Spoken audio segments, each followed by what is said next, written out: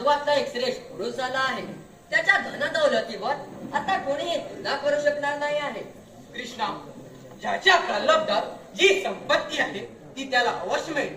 त्या आमच्या सारख्याने खंत वाटून घेण्याचे कारण नाही. अरे, सतराजिता सहित यादव इकडेच येत आहे.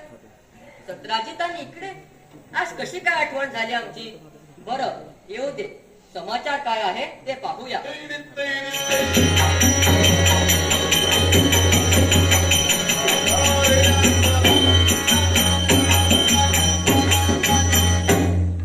यदुश्रेष्ठ सतराजिता, ये बैस या आसनावर. अरे, तू असा गप्प का? सैमंतक मण्याच्या मागणी केल्याबद्दल माझ्यावर रागावलास का? म्हणून माझ्या बंधूचा जिवलग प्रसेनचा वध करून कपटाने मणी हस्तगत केला ना. अरे कृष्णा, मण्याबद्दल मला चिंता नाही, पण माझ्या बंधूचा जिवलग प्रसेनचा घात का केलास? सतराजिता, काय बोलतोयस तू? मण्याची चोरी मी केली याची कल्पना तरी कशी आली तुला? कृष्णा, तुझ्या बोलण्यावर मी विश्वास ठेवत नाही. कपट कृती करून कित्येकांना लुबाडणारा तू. अरे चोरा, तुझ्यावर विश्वास कोण ठेवणार? कृष्णा, तू केलेला अपराध मान्य कर. सतराजिता, तुम्ही आमच्या वडिलाच्या जागी आहात. तुम्ही बोललेलो ते काय मी स्पष्ट समजलो ना. आज 3 दिवस होऊन गेले. माझा बंधू सैमंतक मणी गळ्यात बांधून मृगाईस गेलेला अजून परतला नाही.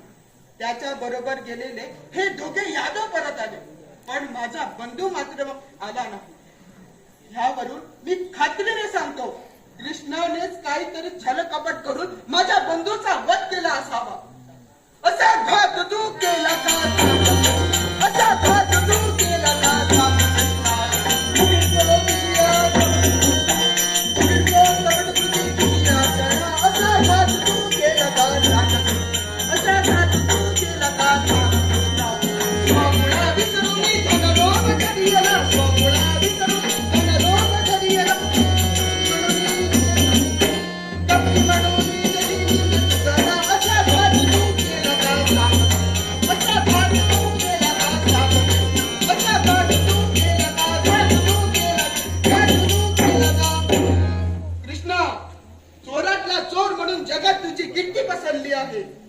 सतराजिता, या सैमंतक मण्याचा कृष्णाला भोग तरी कशाला?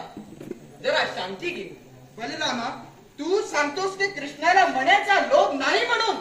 मग एके दिवशी हा कृष्ण माझ्याकडे मणी मागण्याकरिता का आला होता? उत्तर द्या लवकर. कृष्ण, काय खरं आहे? हे खरं आहे दादा, पण त्याचं काय आहे तेही सांगतो. तो सैमंतक मणी असल्याने राष्ट्रावरील पीड संकट दूर होऊन दररोज 8 भार सोना देत असे. म्हणून तो म्हणे उग्रसेन महाराजाकडे असला म्हणजे राष्ट्राचं भलं व्हावे. या कारणास्तव मी यांच्याकडे मण्याची मागणी घातली होती, पण हा भलताच माझ्यावर आळाला आहे. ऐकलंस बलरामा? आता तरी पटलं ना? मग कृष्ण, जोपर्यंत सैमंतक मणी सापडत नाही तोपर्यंत हा तुझ्यावरच येणार. अगोदर त्या मण्याची शोध घे. बरोबर आहे तुझं दादा, तुझं म्हणणं अगदी खरं आहे. आज मी प्रतिज्ञा करतो की जोपर्यंत मला सैमंतक मणी मिळत नाही तोपर्यंत त्या द्वारकेत पाऊल ठेवणार नाही. सतराजिता, मी येईपर्यंत तू मात्र इथंच था. राम्या शाम्या, चला माझ्या बरोबर.